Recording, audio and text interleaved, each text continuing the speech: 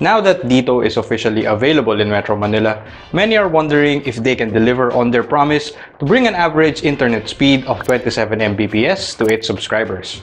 I've initially tested Dito speed and the fastest I recorded was 10 Mbps download speed and 12.4 Mbps upload speed. The other day I went to Makati to see how fast Dito is in a different location and compared it to GOMO, Globe, and Smart.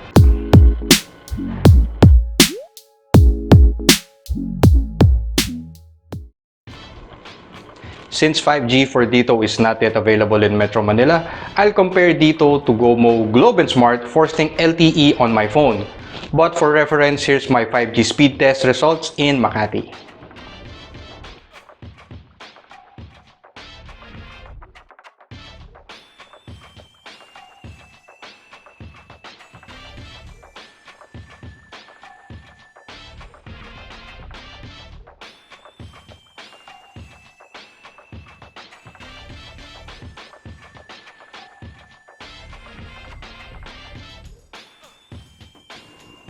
Going back to Dito, I recorded 21.6 Mbps download speed and an upload speed of 4.59 Mbps.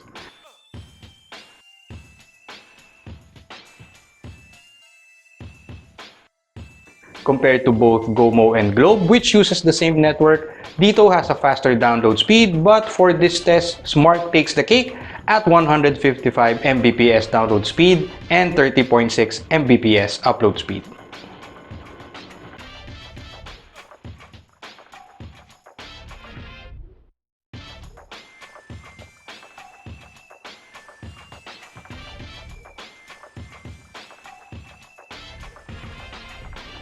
But in Parañaque, where I live, Dito was the slowest compared to GOMO, Globe, and Smart.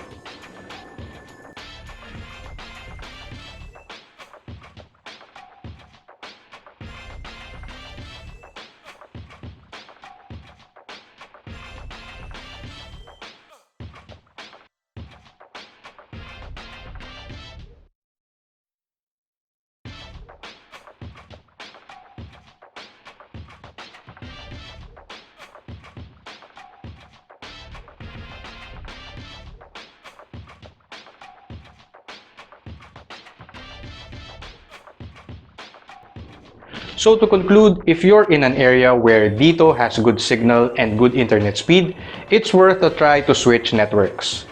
With 199 pesos for 25 gigabytes, Dito offers one of the best data deals in the market today. But then again, if you're in an area where Smart or Globe has 5G available, you might as well stick to Smart's only 5G or GOMO's non-expiring data, or at times GOMO would even offer only data as well. Just a note on Speedtests, while the app measures your internet speed, it also uses a lot of data, especially for faster connections. For instance, the Dito speed test yielding 21.6 Mbps download speed and 4.59 upload speed consumed a total of around 33 megabytes. And the 5G speed test consumed more than 600 megabytes. So if you'll do speed tests, especially for 5G, make sure you have enough data. So with that, please don't forget to like this video and subscribe to my channel, The Misadventures of Ronnie G. Thank you for watching and stay safe.